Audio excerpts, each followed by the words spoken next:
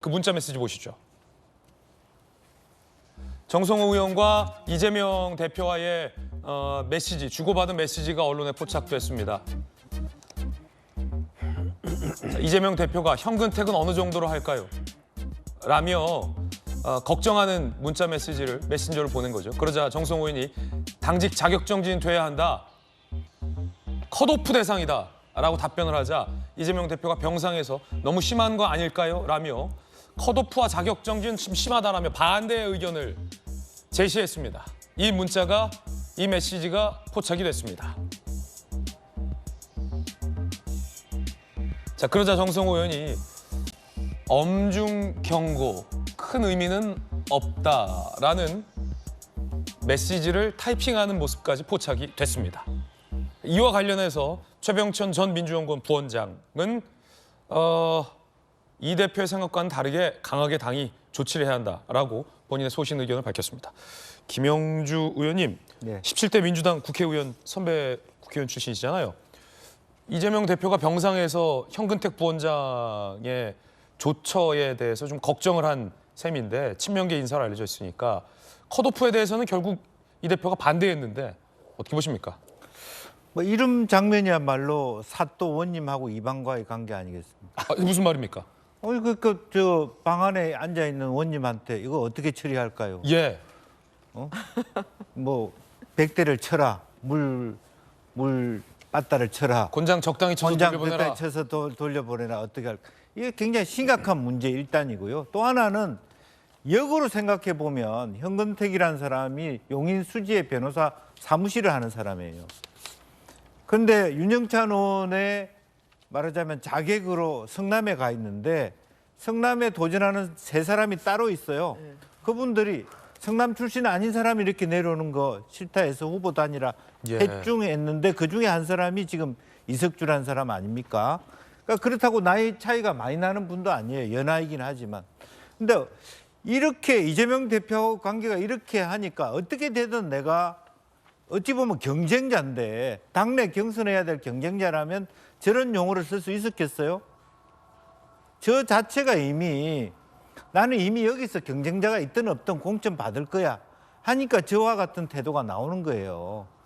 사실은 저 문제의 핵심이 그런 겁니다. 어떻게 나와 경선을 같이 할 그분의 수행 비서한테 함부로 그런 얘기를 너희 그런 용어 하되 나올 수 있겠습니까? 그 자신감은 어디서 나오는 겁니까? 이미 나는 이재명 원님한테 공천 받았어. 예. 그 부분인 거예요, 지금. 그러니까 그게 굉장히 민주당이 지금 현재 네. 규칙, 말로는 시스템 공천이라 하지만 어쨌든 시스템 공천을 하고 객관적 공천을 한다면 상대 경선 후보자의 수행 비서한테 같이 잤냐? 아이고. 뭐 혹은 뭐 그런 부부냐? 그런 말을 어떻게 합니까? 그러니까 그런 부분에 대하여 지금 당이 심각하게 생각해야 된다. 네. 그런 말씀을 드립니다.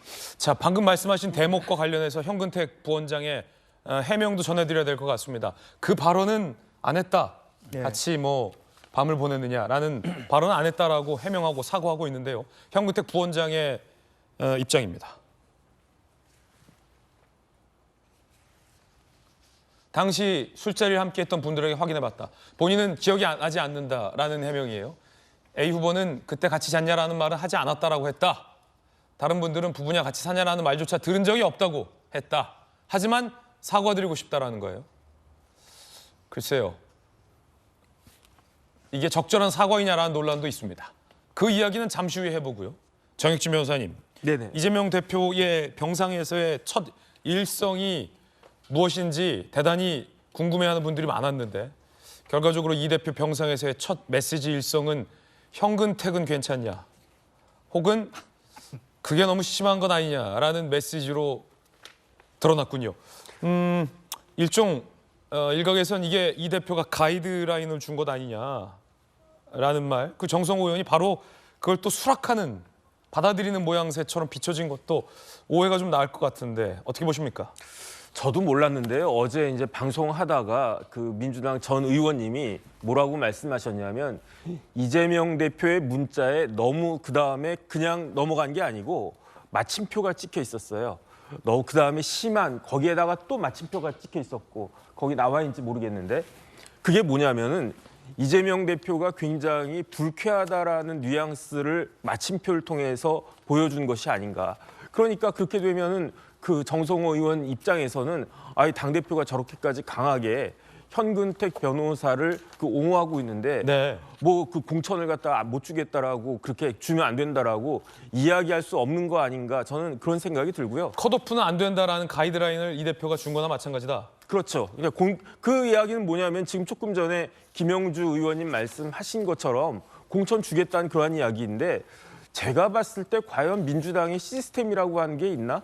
왜냐하면 그 민주당에서 저렇게 뭐 막말을 하거나 이렇게 실수를 한 사람에 대해서 징계를 하는 것은 윤리심판원이잖아요. 그러면 윤리심판원에 그냥 회부해서 그 결과를 보는 것이 아무리 당대표라고 하더라도 그렇게 하는 게 그게 시스템 아닙니까? 예. 그런데 당대표하고 당대표 측근이라고 할 수 있는 사람하고 둘이서 현근택 변호사를 어떻게 징계할 것인지 그 결론 내버린 거잖아요. 네. 저것과 다른 결론이 나오겠습니까? 제가 봤을 때 저것과 똑같은 결론이 나올 것 같은데 그러니까 겉으로야 뭐 민주당은 공천하고 뭐 어쩌고저쩌고 해도 시스템으로 한다라고 이야기를 해도 실질적으로는 한 사람에 의해서 민주당이 좌지우지 되니까 그러니까 민주당을 갖다가 더 이상 참지 못하고 탈당하겠다라고 한 사람들이 있는 것이 아닌가 저는 그런 생각이 들고요. 그렇기 때문에 과연 이런 부분들에 대해서 이재명 대표가 어떻게 해명할지 그다음에 가장 궁금한 것은 현근택 변호사가 진짜로 공천을 받을지 아니면 탈락할지 많은 사람들이 아마 지켜보지 않을까 생각이 듭니다. 컷오프는 너무 심한 것 아니야라는 이 대표의 메시지. 정성호 의원님의 문자 메시지 과정을 보면요. 이재명 대표께서 이제 정성호 의원이 사법연수원 동기이기도 하고 이제 나이로는 또 선배이기도 하거든요. 그래서 이제 자문을 구한 걸로 볼 수가 있고요. 자문을 구해가지고 어떻게 하는 게 좋겠냐라고 해가지고 이제 정성호 의원은 컷오프를 해야 한다. 그래야지만 이 총선 국면이라든가 국민적인 여러 가지 의혹이라든가 아니면 이제 분노라든가 이런 거를 달랠 수가 있다라고 말한 점에서 실은 정성호 의원의 어떤 제안, 컷오프라는 거를 결국은 이재명 대표도 수용할 수밖에 없지 않나. 그렇군요. 라고 생각이 됩니다. 네, 지켜보겠습니다. 컷오프는 너무 심한 것 아니냐. 그것과 별개로 민주당에선 현근택 부원장을 윤리감찰단의 감찰을 받게 하겠다라고 밝혔습니다. 하지만 민주당 내에서조차 윤리감찰단의 감찰을 받은들 컷오프는 안 되는 건 아니냐라는 자조적인 비판도 나오고 있다고 합니다. 이런 이야기를 들은 지역 정치인과 그 지역 정치인을 수행하는 여비서는 어떤 심정일까요? 이석주 씨를 전화로 인터뷰했습니다. 들어보시죠. 처음에 누구냐, 그 다음에 왜 감기를 같이 걸리고 댕기냐, 그 다음에가 같이 사냐 그렇게 한 거예요. 희롱이 맞아요. 본인이 그런 생각들을 했다는 거예요. 같이 자냐, 사람들 그렇게 생각하는 거 아니냐라고 며칠째 피폐화돼 있어요.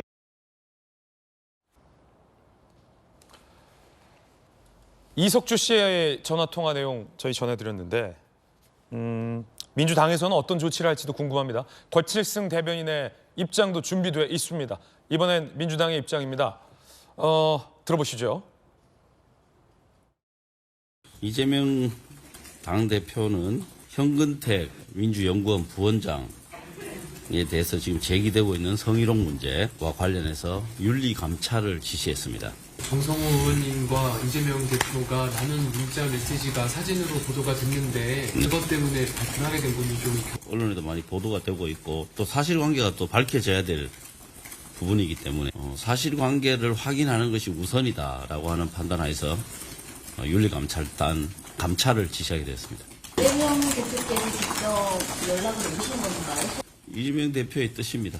현근택 위원장 관련해서 당 지위 갖고 계신 건 아닌 걸로 알고 있는데 폰에 대해서는 어떻게 보십니까? 가까운 사람들끼리 현안에 대해서 개인적인 의견을 주고받을 수 있다고 생각합니다. 자, 이재명 대표의 지시로 윤리감찰단 감찰을 지시했다라고 밝혔습니다. 정성호 의원과의 문자 메시지는 가까운 사람끼리 대화 나눌 수 있다라고 권칠승 대변인은 봤습니다. 전직 여가부 장관 출신인 김희정 전 장관께서는 어떻게 보십니까? 적절한 당의 조치라고 보십니까?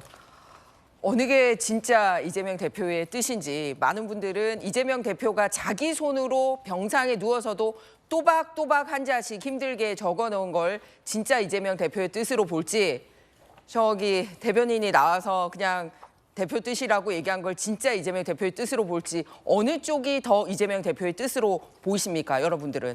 특히 그 문자 메시지를 보면요. 화면에 좀 보여줬으면 예, 좋겠는데요. 지금 나가고 있습니다. 너무 마침표 딱 찍었습니다. 심한 마침표 딱 찍었습니다. 거 아닐까요? 그냥 너무 심한 거 아닐까요가 아니라 한자 한자 힘주어서 너무너무 심하다라고 본인의 뜻을 그냥 자문하는 정도가 아니라 강력한 의지를 밝히고 있습니다.